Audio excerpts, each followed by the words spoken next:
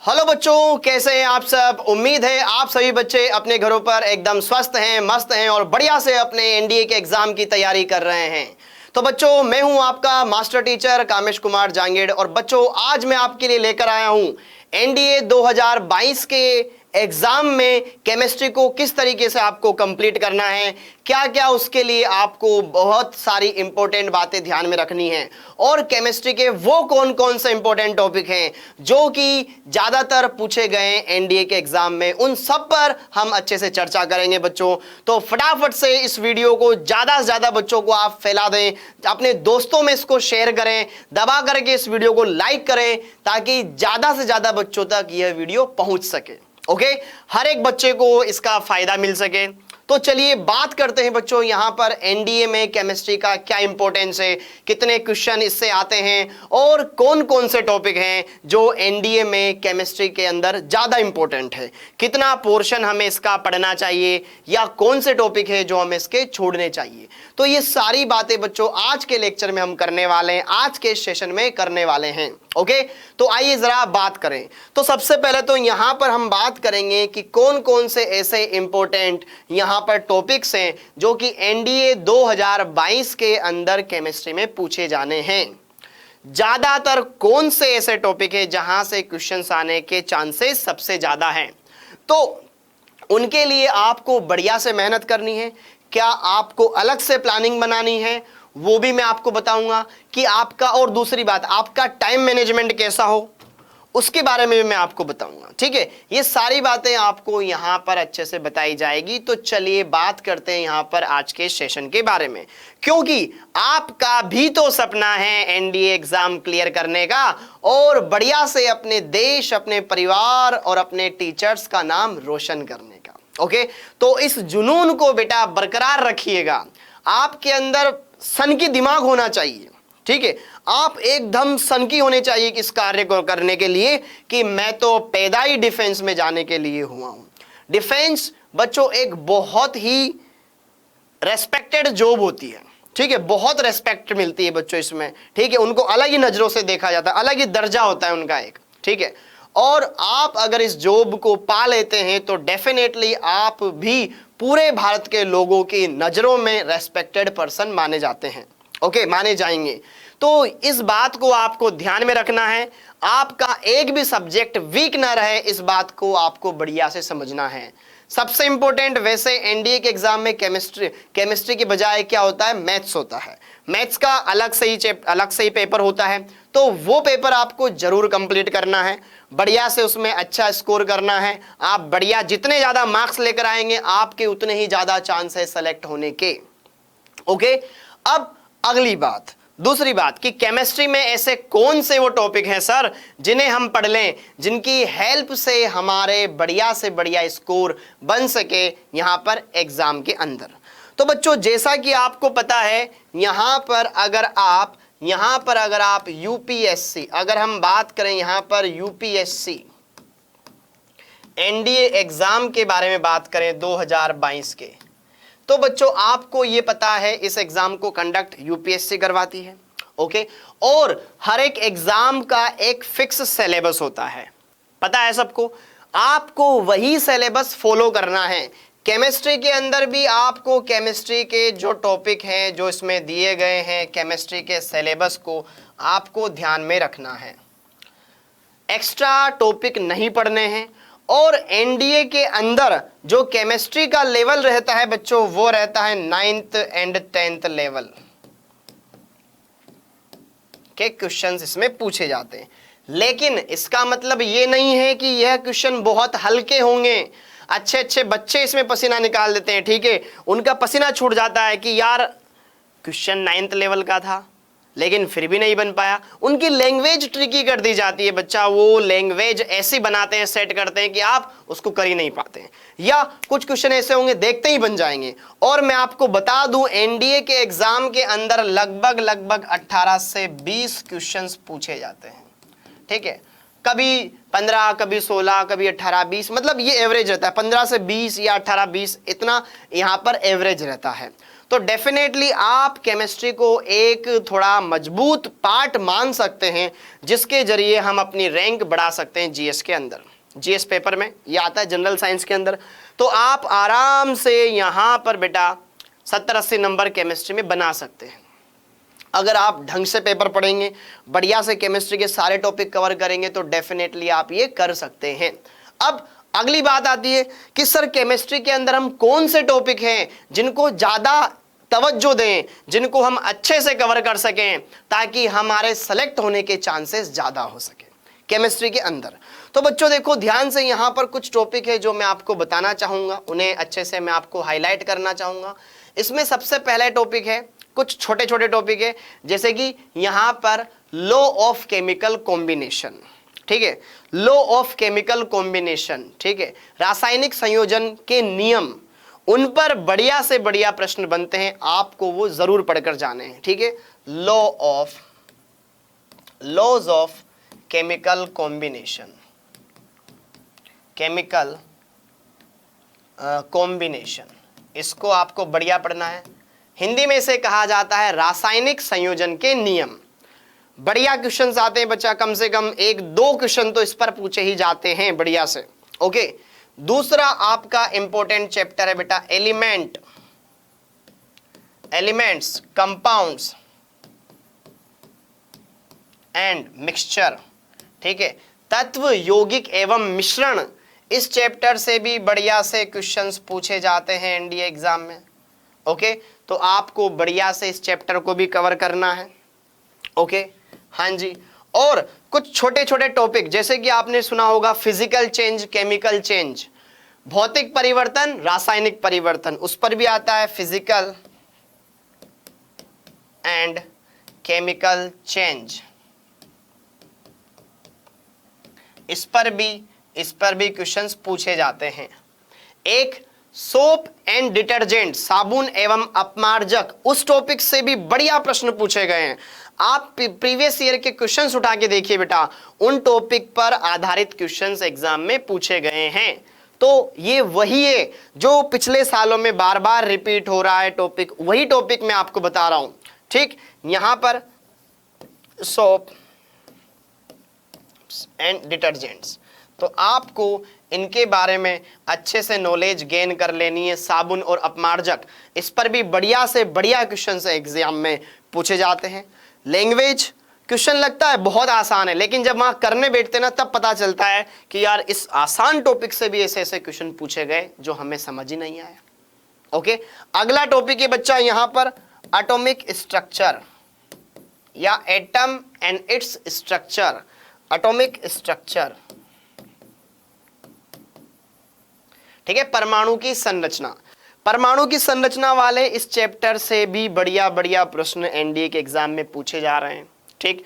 Okay, simple से question है, आप अच्छे से इनको कंप्लीट कर सकते हैं। 9th लेवल 10th लेवल के क्वेश्चन पूछे जाते हैं, बढ़िया से आप इनको निकाल सकते हैं, अच्छे से क्रैक कर सकते हैं। क्वांटम नंबर पर क्वेश्चन पूछा जा सकता है, आपको आना चाहिए बढ़िया से ये टॉपिक, और चुटकियों में आप क्रैक कर सकते हैं। ओके, अगला टॉपिक इसमें एक होते हैं फर्टिलाइजर। फर्टिलाइजर पर भी बढ़िया से बढ़िया क्वेश्चंस बनते हैं बच्चा। ओके, तो आप उस एक टॉपिक उसको भी ना छोड़े, फर्टिलाइजर। फर्टिलाइजर्स मतलब उर्वरक, ठीक है। तो इस टॉपिक पर भी आप अपनी पकड़ बनाए रखें, अच्छे से इन सभी टॉपिक्स को क्या करते जाएं, यहां पर स्ट्रॉन्ग करते जाएं, बढ़िया से यहां पर इनको क्लियर करते जाएं। ओके, और अगर आपको ये सब टॉपिक बच्चों अगर अभी तक नहीं किया है, तो मैंने जो यहाँ पर आपकी क्लासेस ली है बच्चों यूट्यूब चैनल पर, उनकी प्लेलिस्ट आपको उसमें दी गई है, वहां पर वीडियोस में देखिए आप, ये सभी चैप्टर्स की मैंने अच्छे से आपको प्रैक्टिस करवाई है। इन पर हमने वो सभी क्वेश्चंस लगाए हैं जो कि एनडीए के एग्जाम में प्रीवियस ईयर्स में पूछे गए हैं। तो आप बढ़िया से इन टॉपिक्स को अच्छे से क्लियर कर सकते हैं, हर एक बात को समझ सकते हैं, और अपने केमिस्ट्री वाले पार्ट को स्ट्रॉन्ग बना सकते हैं।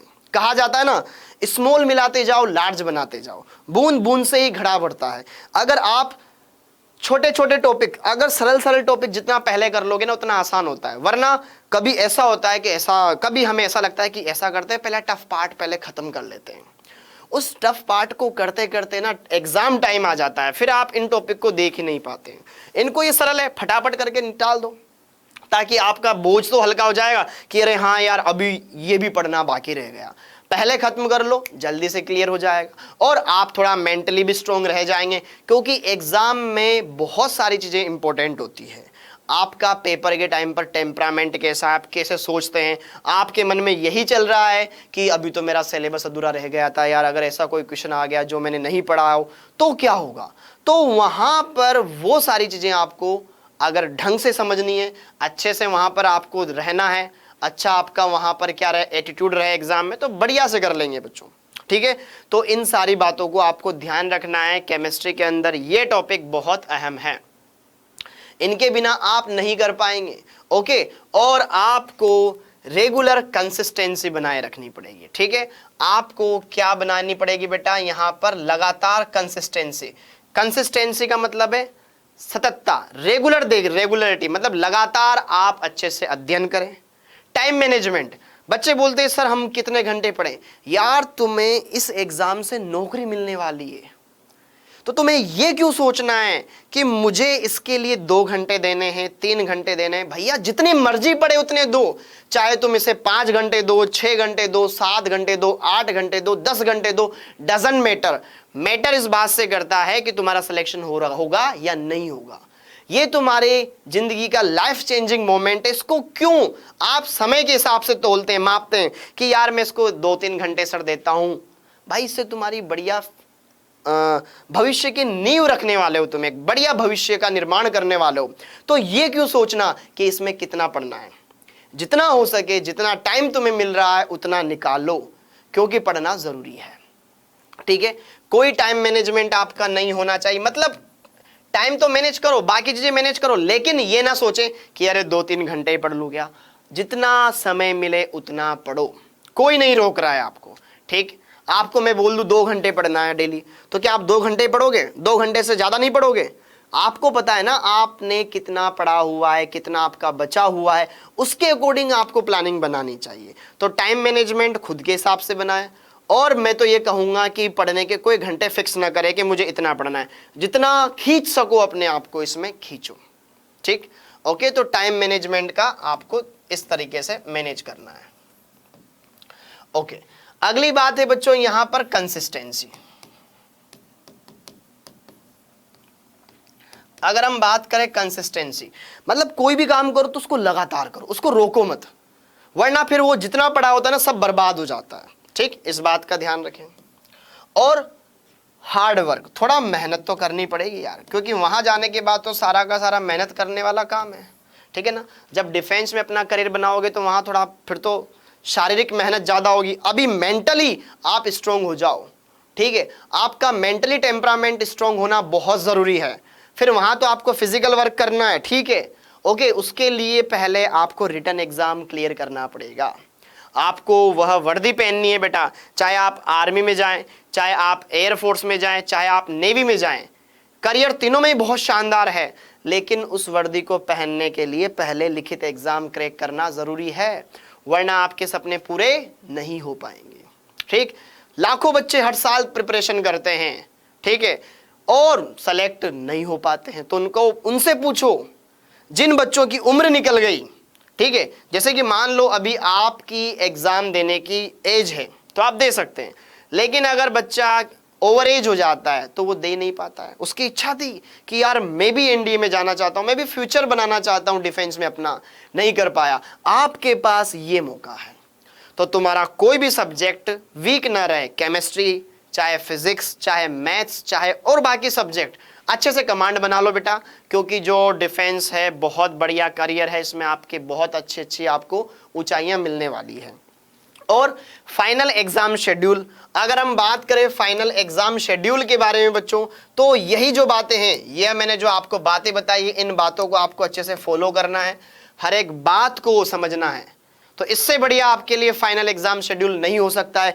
जितना हो सके उतना पढ़ लो, रिवीजन कर लो, ठीक है, और लास्ट टाइम पर कुछ नया मत पढ़ो। जो आपने पढ़ा हुआ है उसको अच्छे से रिवाइज करो, रिकॉल करो, सारी बातों को समझो, हर एक बात को क्लियर करो। इस पर मैं कुछ पॉइंट भी है जो मैं आपको बताना चाहूंगा। ओके, एग्जाम पास में घबराहट हो रही है, किस तरीके से पढ़ें, क्या हम मेहनत करें, इन सारी बातों पर आइए जरा कुछ पॉइंट्स है जो मैं आपको बताना चाहूंगा। जरा देखो ध्यान से, यहां पर use your eyes and brain to recall whatever you have revised so far. आपने जितना भी पढ़ा है ना उसको एक बार रिवाइज करो। रिवीजन बहुत ज्यादा जरूरी है, ठीक है। आपने कोई काम किया, उसको अगर आप दोबारा देखेंगे ही नहीं तो उसका उतना अच्छा रिजल्ट नहीं आएगा, ठीक है। मैथ्स में भी ये होता है ना, बोलते हैं ना प्रैक्टिस करो प्रैक्टिस करो प्रैक्टिस करो, तो वही वाली बात है। प्रैक्टिस जितना ज्यादा होगा, रिवीजन जितना जरूरी है, जितना अच्छे से होगा उतना ज्यादा आपको फायदा होगा, ठीक है। You need to be confident, human brain has the power to retain and register everything for long term what the eyes have seen multiple times। मतलब कहने की बात ये है, अगर आप किस चीज को एक से ज्यादा बार देख रहे हैं तो दिमाग में उसकी छवि बन जाती है, फिर नहीं भूलने वाले, ठीक है। आपने बढ़िया से मैथ्स की प्रैक्टिस कर रखी है, हर एक फंडा क्लियर कर रखा है, फॉर्मूला क्लियर कर रखा है, कैसे भूल जाओगे? प्रैक्टिस इतनी मजबूत है, ओके। या फिर in the last 3 days the only task you have to accomplish it reviewing। आप बस उसको दोबारा देखते रहें, अलग से कुछ नया करने की जरूरत नहीं है, जो पढ़ रखा है वो सफिशिएंट है। आपको ये मानना है, क्वेश्चन प्रीवियस ईयर क्वेश्चन लगाओ, PYQs लगाओ, आपको पता लग जाएगा कि आपका लेवल उस लेवल पर आया नहीं है या आ गया है, जैसा कि एनडीए में एग्जाम क्वेश्चंस पूछे जाते हैं, एनडीए के एग्जाम में क्वेश्चंस पूछे जाते हैं, ओके। और fast scan theory from class notes and NCERT by your eyes. जो आपने पढ़ा हुआ है उसके नोट्स अच्छे से रिवाइज कर लो, एनसीईआरटी रिवाइज कर लो। एनसीईआरटी अगर आपने पढ़ लिया ना बेटा, तो आप यूपीएससी एनडीए एग्जाम क्या, आप आईएएस का एग्जाम भी निकाल सकते हो, ऐसा कहा जाता है, ओके। एनसीईआरटी को तो कहा जाता है मदर ऑफ ऑल बुक्स, ठीक है, हाँ जी। Fast scan all the mistakes in the test paper. आपने बहुत सारे टेस्ट पेपर दिए होंगे, तो उसमें जो जो मिस्टेक आई है उनको देखो, कहाँ कमी है, वही कमी क्या अगर एग्जाम में आपकी रह गई तो नुकसान होगा, आप ही को होगा, ठीक। इस बात का ध्यान रखना है। Fast scan all the important markings you have in notes and books. आप जब पढ़ते हो तो हाईलाइट करते हो कोई चीजें, अरे यार ये एग्जाम के पॉइंट ऑफ व्यू से ज्यादा इंपॉर्टेंट है या यहाँ से ज्यादा क्वेश्चंस पूछे गए हैं, उन सब बातों को अच्छे से कवर करना है, बढ़िया से क्लियर करना है, तो ही बच्चा आप एनडीए का एग्जाम क्रैक कर सकते हैं, ओके। तो जब एग्जाम आएगा तो आपको यही सोचना है कि हाँ मैं कर सकता हूं, अगर मैंने अच्छे से मेहनत करी है तो कोई भी एग्जाम क्रैक करना मेरे लिए कोई बड़ी मुश्किल बात नहीं है, ओके। तो इन सब बातों का ध्यान रखना है। केमिस्ट्री में जो टॉपिक्स मैंने बताए हैं बच्चा, ये तो आपको करके ही जाने हैं। इसके अलावा जो पूरा आपने पढ़ा हुआ है उसको अच्छे से देखो, मेहनत करो, तभी आप एनडीए का एग्जाम क्रैक कर सकते हैं, ओके जी। तो उम्मीद है ये सारी बातें बच्चों आपको समझ में आई होगी। इस वीडियो को ज़्यादा से ज़्यादा बच्चों को आप शेयर करें, उनको भेजिए, ताकि अच्छे से वो भी इस बात को समझ सकें, ओके। आप सभी बच्चों का बहुत बहुत धन्यवाद। जय हिंद।